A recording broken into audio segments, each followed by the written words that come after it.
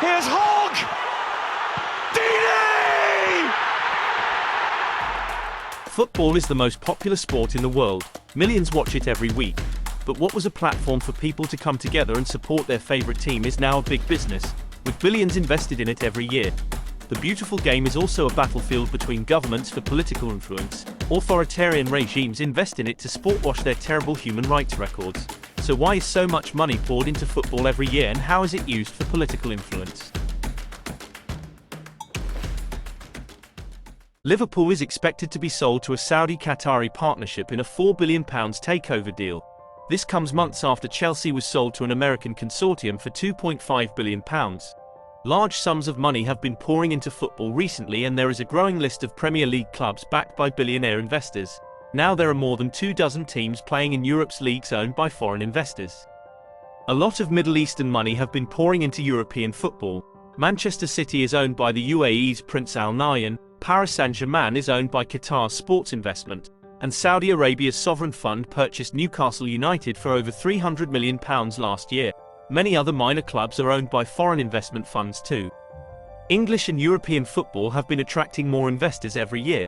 Football clubs have now reached the stage where they offer the prospect of financial returns. Operating revenues in the European football market have grown by 65% in only 8 years, and clubs are making significant monetary gains from their TV broadcast. The Premier League's new $2.7 billion 6-year US broadcast deal with Comcast, for example, makes English clubs very attractive to foreign investors. Investors feel that European football is highly undervalued compared to the US, NFL or NBA, where sports franchises are rarely sold and reach very high prices when they do. The Denver Broncos NFL team, for example, sold earlier this year for more than $4.6 billion. Fenway Sports Group bought Liverpool for £300 million in 2010 and have turned the Merseyside club back into one of the top-tier football institutions on the planet. The club is now one of the top European teams and is valued at more than £3 billion.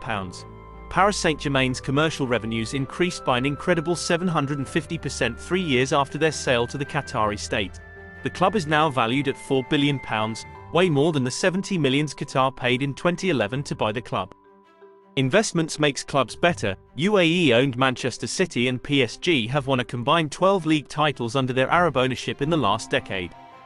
This rush of money is making European football more competitive, however. It inflated players' transfer prices and players' salaries, which means football talent is concentrated in a handful of clubs which have pockets deep enough to stay in the game. In the past 5 years, 3/4 of semi-finalists of the UEFA Champions League came from just 5 urban Western European regions: Paris, Madrid, Munich, London and the northwest of England. This raises an issue of financial fair play. The Arab Gulf countries are the most active investors in sport. These investments are very attractive to Gulf states for many reasons. First of all, thanks to their oil revenues, these countries have accumulated a lot of money, more than they can spend. So now they are preparing for a post-oil world by investing in new sectors to diversify their assets and sources of revenues. Gulf states do not buy football teams to make money, however. Even though rising football revenues help offset undertaken costs to buy teams and make them grow, Gulf states lost more money than they made in football. Despite that, they keep pouring billions into football, organizing competitions and buying broadcast TV rights. It's estimated Qatar's beIN Sports channel spent more than $15 billion on exclusive broadcasting rights. Gulf states are even competing in this area. During the Gulf countries' boycott of Qatar in 2018, beIN Sports accused Saudi Arabia of undercutting its product by setting up a pirate network called BOutQ to broadcast the same sport events for free. The motive behind this rush to football is not financial gain, but increasing geopolitical soft power. Qatar and the United Arab Emirates in particular have sponsored teams' shirts, secured naming rights to European stadiums, and bribed their way to host major global sporting events, including the World Cup and the Athletics Championship in Qatar and the Formula One Grand Prix in the United Arab Emirates. Gulf states are heavily investing and promoting their tourism sector to replace oil. Their problem, however, is that these countries are not attractive to foreigners. The climate is not hospitable, laws are archaic, they have terrible human rights records, and foreigners are treated very differently from locals. Until recently, these countries were seen as backward if known at all. By purchasing European sports teams, Gulf countries can push a twofold message. They can associate themselves with Western culture, and assert to a Western audience that they are modern and progressive nations with similar values to European ones. Golf-owned teams Manchester City, PSG, and Newcastle United regularly go to the Gulf for practices and tournaments, giving Gulf states the opportunity to advertise their facilities and tourist attractions to an international audience. The soft power strategy has been largely successful. For example, Emirates, Etihad Airways, and Qatar Airways are now household names in the UK and across Europe. Club fans tend to be very passionate. Therefore, affinity with brands that support their team is strong. Given the close ties of these airlines to their respective home country, it builds affinity for the home country, or at least awareness. Fans know foreign investments help their team and are welcoming it. For example, thousands of Newcastle fans celebrated their club's takeover by waving Saudi flags and even wearing gutras to show their excitement about their new Saudi patrons. By holding high-profile sporting events, investing in and sponsoring sport clubs, Gulf states sportwash the poor human rights record. Subsequently, they are not associated anymore with sponsoring terrorism, committing war crimes in Yemen and mistreating foreign workers. Through sport, they buy themselves an image of business-friendly, forward-thinking nations.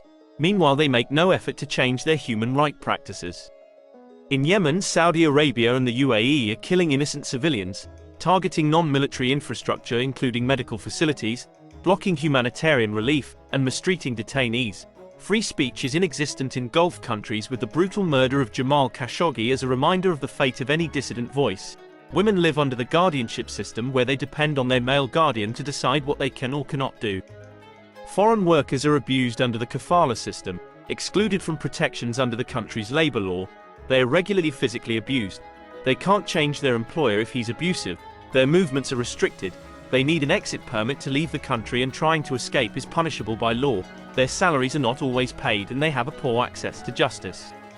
Putting an end to these practices would more effectively improve the image of the Gulf states, without having to spend billions in sports. But they don't seem interested by such efforts.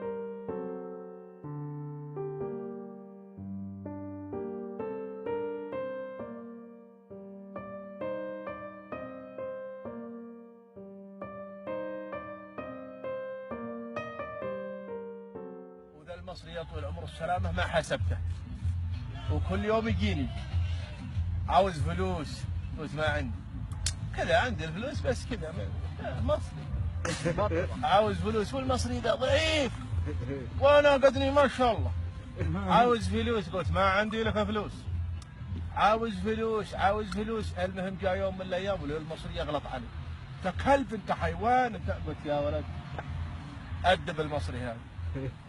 المصري ذا صغير، امسك المصري ذا امسكه على الطاوله، اخبطه وارجع ثاني مره واخبطه وارجع، المهم اليه خليت المصري ذا زي الملعبه عندي، متفرغنا وقت صباح كذا، ثم قدني الفعه كذا، قدني اتفنن في الهده حقتي.